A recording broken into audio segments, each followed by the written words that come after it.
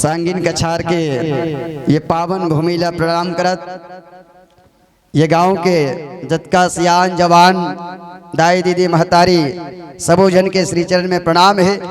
छोटे से लेकर बड़े तक और ये मेरे बैठे से लेकर खड़े तक सबो जन के हृदय से स्वागत है, अभिवादन है।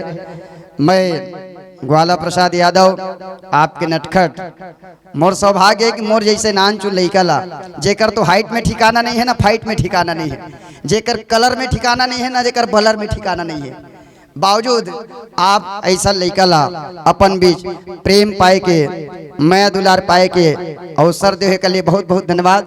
बस मोला कई जन पूछते थे कहाँ करे भैया कैसन करता, तब मैं अपन परिचय में अतकी कही तो का कि मैं लमती के रहने वाला हूँ, अरे मिही नटखट ग्वाला हूँ जय गंगान।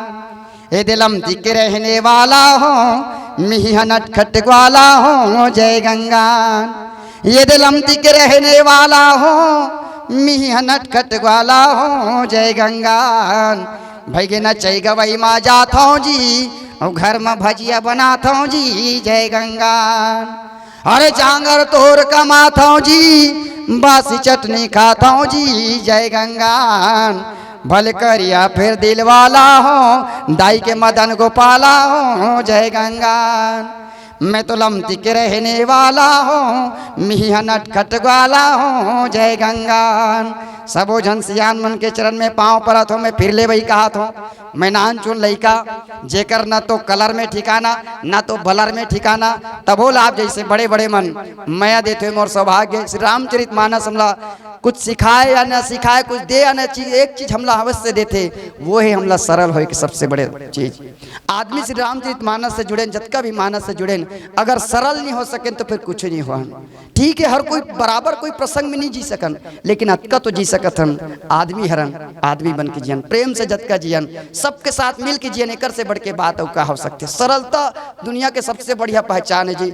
जतका सरल रहे ना उतका हर आदमी से मिले के सौभाग्य मिलते। एक उदाहरण देता हूँ, अगर आदमी एक कन टेचराहा भी रहे ना तो ओकर साथ मनखे कुकुर घलोक तीर में नहीं होते, वो जानते कर बगल ले रेंगू ते मोर मारत जही ने गाड़ी दे जरूर जाएगी।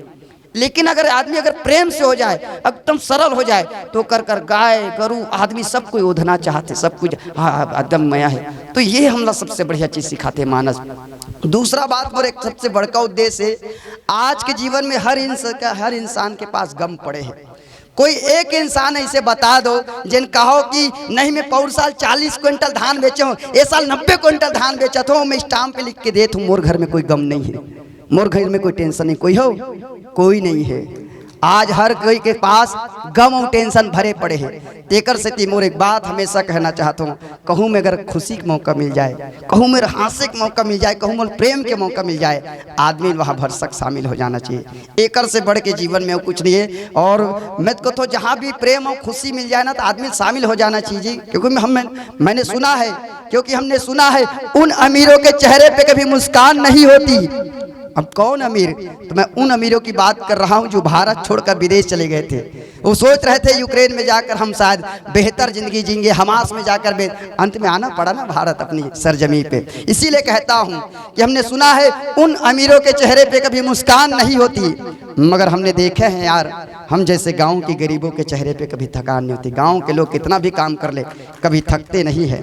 हमने सुना है उन अमीरों के चेहरे पे कभी मुस्कान नहीं होती, मगर हमने देखे हैं हम जैसे गांव के गरीबों के चेहरे पे कभी थकान नहीं होती। भले ही सब कुछ खरीद ले इस दुनिया में दौलत, मगर मुस्कान है कि मगर शुक्र है कि मुस्कान किसी की गुलाम नहीं होती।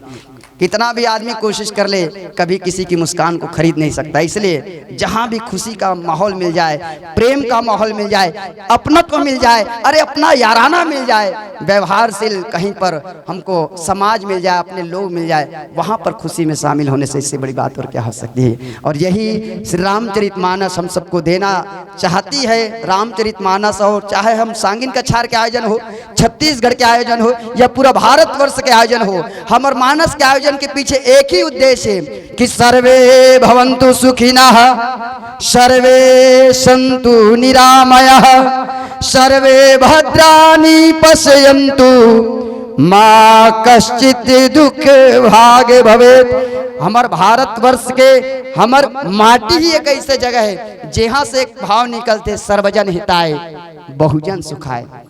हम कभी भी सोचतन भारत के कोई भी मन के छत्तीसगढ़िया ही नहीं, भारत के कोनो भी जगह जाओ, भारत के मन के पहले यही सोचते सर्वे भवन्तु सुखिनः, सबके कल्याण होए, सबके जीवन में खुशी आए, सबके जीवन में मंगल कामना आए। ऐसन सोचने वाला भारत के माटी में अब 22 जनवरी को प्रभु राम लला जी के विशेष पूजन अर्चन और विशेष दीपावली मनाने वाला है। हम तो यही कहिबो कि अति पावन वो अवध की नगरी जो भारत भूमि के धाम है, कि अति पावन है वो अवध की नगरी जो भारत भूमि के धाम है। धरती आकाश पाताल जगत में प्रभु दो अक्षर के राम है। अति पावन भारत की नगरी, अति पावन वो अवध की नगरी जो भारत भूमि के धाम है। धरती आकाश पाताल जगत में प्रभु दो अक्षर के राम है। कि दुनिया को जो देने वाले हैं उस दाता को हम घर में लाएंगे और 22 जनवरी को इस युग का हम दीपावली मनाएंगे। 22 जनवरी को इस युग का हम दीपावली मनाएंगे। अरे हर घर में दिया जलाएंगे, घर घर में दिया जलाएंगे और 22 जनवरी को इस युग का हम क्या दीपावली मनाएंगे। बोले सियावर रामचंद्र की।